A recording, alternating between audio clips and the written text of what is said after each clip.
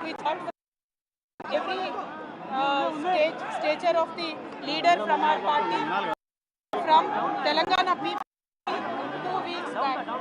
Always written to my father at various stages. Whenever I needed to give him any feedback, I've always written to him. But this time it got out. I believe it is a handiwork of some of the cowards in the party, and the party should decide how to deal with them.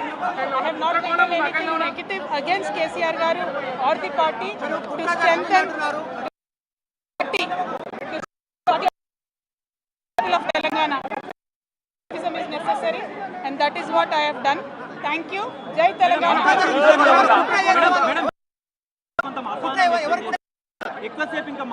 KCR గారు దేవుడు, కేసీఆర్ గారు దేవుడు. కానీ కేసీఆర్ గారి చుట్టూ కొన్ని దయ్యాలున్నాయి. వాళ్ళ వల్ల చాలా నష్టం జరుగుతున్నది. పార్టీలో ఉండేటటువంటి నేను కేసీఆర్ గారి కూతుర్ని, అంతరంగికంగా నేను రాసినటువంటి లేఖనే బయటికి వచ్చిందంటే మరి ఇతర సామాన్యుల సంగతి, ఇతరుల పరిస్థితి ఏంటి పార్టీలో అన్నది జరగాల్సినటువంటి అవసరం. దానికోసమే ఇవాళ నేను మీతో మాట్లాడుతూ ఉన్నాను తప్పితే రెగ్యులర్గా నేను ఇచ్చిన ఫీడ్బ్యాక్ అందులో స్పెషల్ ఏం లేదు. ఏ మీటింగ్ కూడా నేను సాగిస్తూనే ఉంటాను. ఈసారి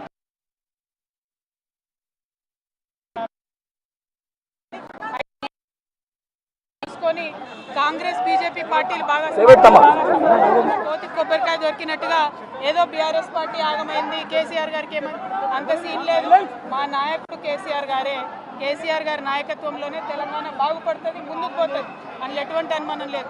కేసీఆర్ గారి నాయకత్వంలోనే బీఆర్ఎస్ పార్టీ కూడా ముందుకెళ్తుందని చెప్పి నేను బలంగా పార్టీలో ఉన్నటువంటి చిన్న చిన్న లోపాలను డిస్కస్ చేసుకొని సవరించుకొని కోట్లను పక్కకు జరుపుకుంటూ ముందుకు పోతే పార్టీ 10 కాలాల పాటు చల్లగుంటుంది అనేటటువంటి నా భావన.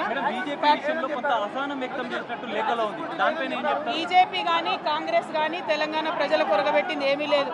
2 పార్టీలు కూడా తెలంగాణను ఫెయిల్ చేసినాయి. ఆ 2 పార్టీలకు కూడా ఆల్టర్నేటివ్ కేసీఆర్ గారి నాయకత్వమే. ఆ కేసీఆర్ గారి నాయకత్వంలోనే తెలంగాణ ముందుకు పోతుందని నేను బలంగా నమ్ముతా ఉన్నాను. Thank you.